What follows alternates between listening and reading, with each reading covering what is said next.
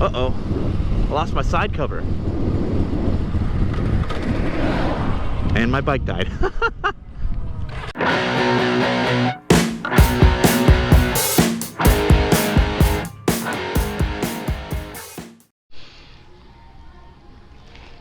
Hello, Dylan from Throttle Company here. We're going to do another episode of In the Loop, where we take a motorcycle, take it around our test ride loop, and show you what it's like. I noticed after watching my last couple videos that the pace was a little slow, so let's pick it up today. Here is a 1972 XS650. Says it right on the side. Come on. First year of electric start. That is this lever here. I know, it's crazy.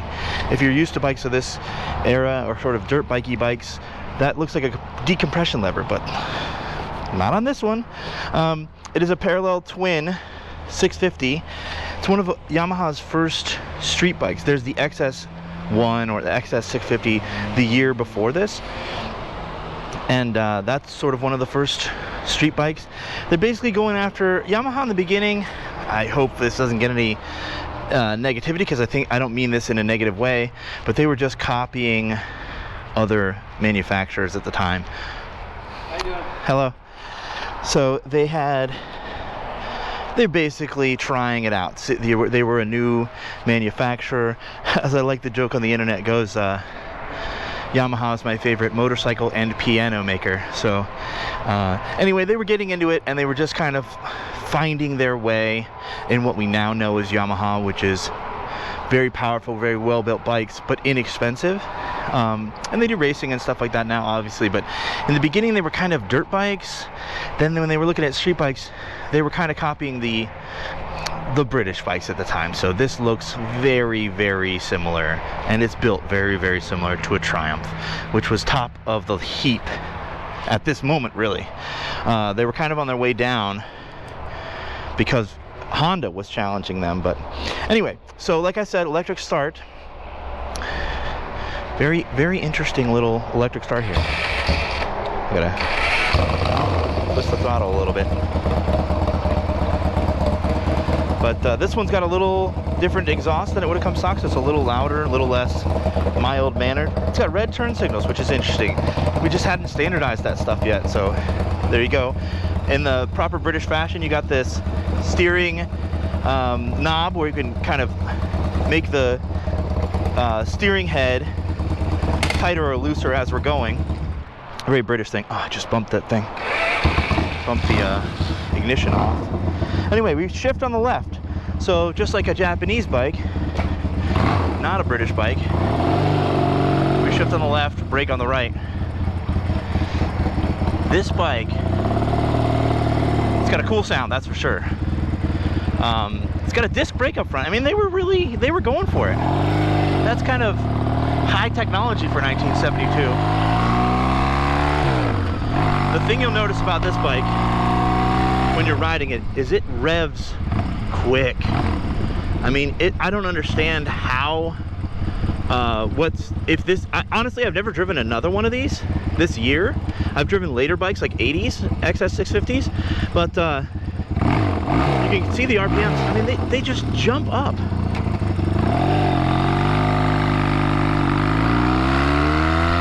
So I don't know if it's sort of a crankshaft, lightweight crank, engine components. I have no idea, but man, do they rev quick. And I know these are flat track bikes. A lot of people will do flat tracking on them and race them and stuff like that. So I totally get that, because for certain types of racing, man, you really get up and go. This feels quick. Quick is definitely the word more than fast. I mean, it's not fast, especially for the time, but it's quick. Revs so quick. This particular example runs great. It's just, you saw me start it up, accidentally kill it, and then start it again. So you know, it starts pretty easy. It's obviously still got carburetor, it's got a choke,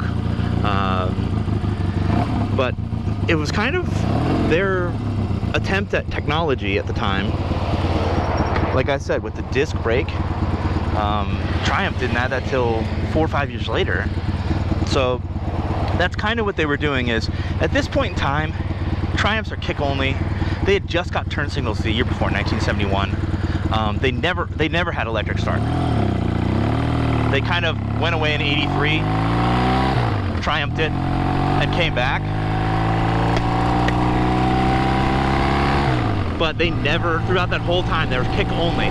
So Yamaha is saying, hey, what if we made a Triumph that had good electronics on it, and you could push a button and start it, or pull a lever in this case, but electric start. Because people were just, I mean, they liked it, you look cool, kick-starting your bike, but the convenience, once people saw other bike manufacturers doing it, you know, it was tough to sit there and kick your bike a million times to try to get it to start when you're having a problem, and your friend could just push a button and get going. So I could totally see why things were going that direction at the time.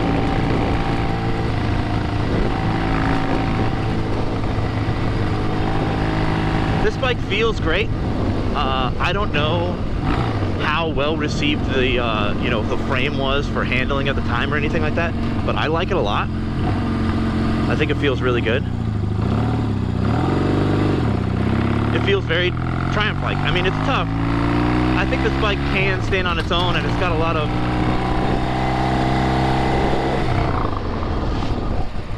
Uh-oh.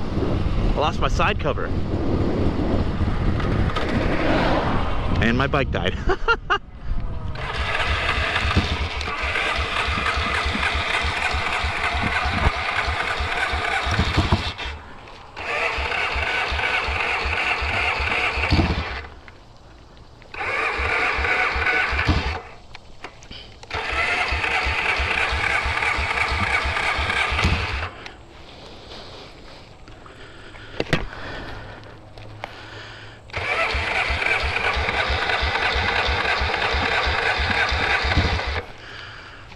Shit.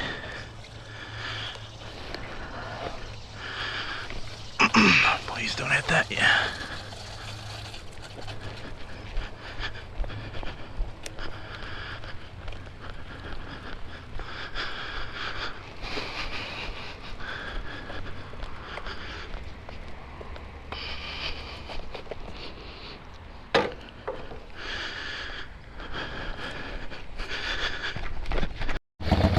All right, that was a lot of action that I turned the camera off for because I was breathing heavy and huffing and puffing. I got the side cover back on, maybe a little scratch or two. Came off at 40 miles an hour, what do you expect? So the bolt was a little loose. Well, I guess it came all the way loose. Put it back on. Had a hard time getting started. I think I might have run out of gas, and maybe I confused reserve and the regular on. I don't know. Running now though. We're gonna try to complete the loop. Runs great, and it felt like I was running out of gas. I guess I just user error.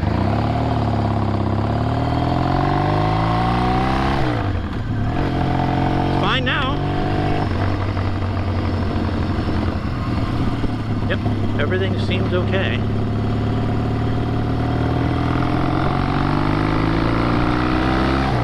So, this bike does not run great on zero gas.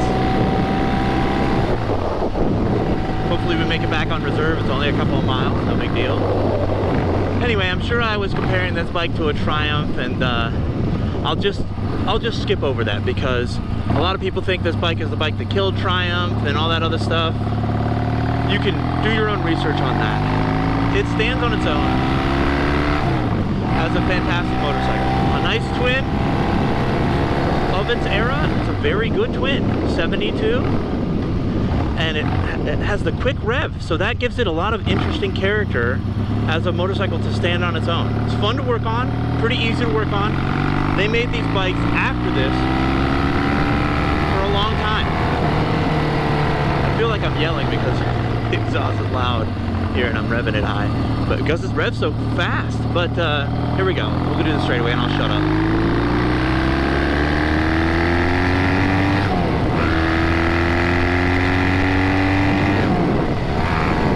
65 miles an hour. I think I'm only in fourth.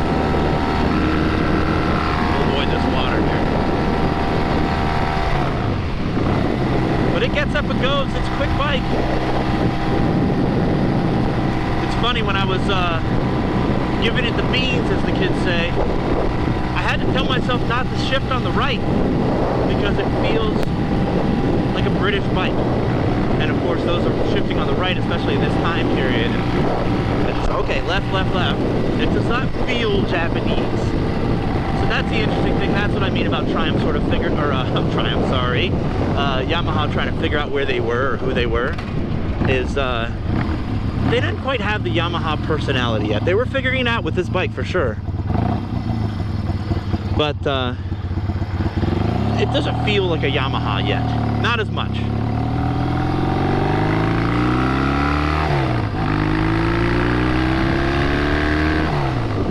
But this is an awesome bike.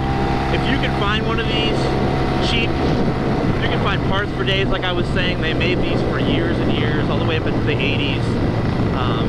People have done everything under the sun with them. Bobbers, flat tracks, cruisers, cafe racers for sure. Just, it's an awesome platform for customization. It's an awesome platform to get into vintage bikes and riding classic bikes. If you kind of always wanted a British bike, but you've only ever worked on Japanese bikes, perfect example of that. Because you need a whole new set of tools to work on British bikes. They use British thread, Whitworth threads and stuff.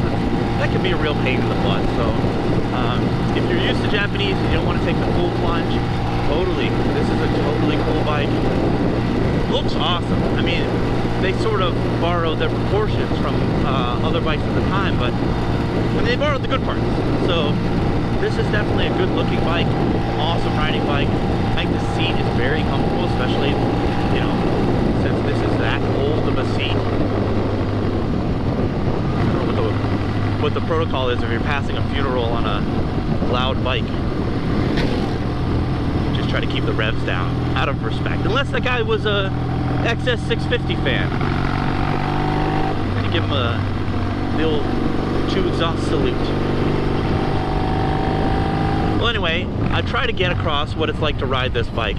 This bike is fun. The quick revving, I've said it a million times, but that is so much of the character of this motorcycle. It just, before you know it, you're at 4,000. Look at that. I mean, it's ridiculous. Name another bike that revs that fast. I mean, that's crazy. Especially a twin. You know, those 2 pistons are really going quick. And that gives a lot of the character. I can totally see why someone would make this into a race bike or whatever, you know, that kind of thing. So it's a little sporty bike for the street. It doesn't feel heavy at all. You know, it's a 650, which back then was pretty big, honestly. And it doesn't feel big. It doesn't feel heavy, especially by today's standards. I mean, this feels like a very middle size. You know, we sell those new Royal Enfields. They're all 650 twins, very similar to this bike. Except for the quick revving, they don't rev like this. But they don't feel, you know, they feel bigger than this, and I'm sure they are even a little bit heavier. We go by them here as I'm talking about them. But anyway, that was the loop. A little more excitement than I'm used to, or than I aim to provide, with that side cover flying off, and at the same time my bike dying. I'll just edit in a out of shape person running, and then you'll get the idea. I ran back, someone almost ran over the side cover. They're probably worried about me in here, so I'm gonna go in and say hi. I appreciate everyone sticking with me. I'm really glad I made it back. I'm really glad I didn't have to bust out the van and go haul this thing back, but it is riding, it's running great. It's had not a problem since. I guess I messed up the what's reserve and what's it seemed like upside down was a reserve, but apparently that's upside down is normal. So who knows? It's Yamaha. They were early. They hadn't figured out petcocks, I guess. Anyway, thanks for watching. I'll catch you on the next episode.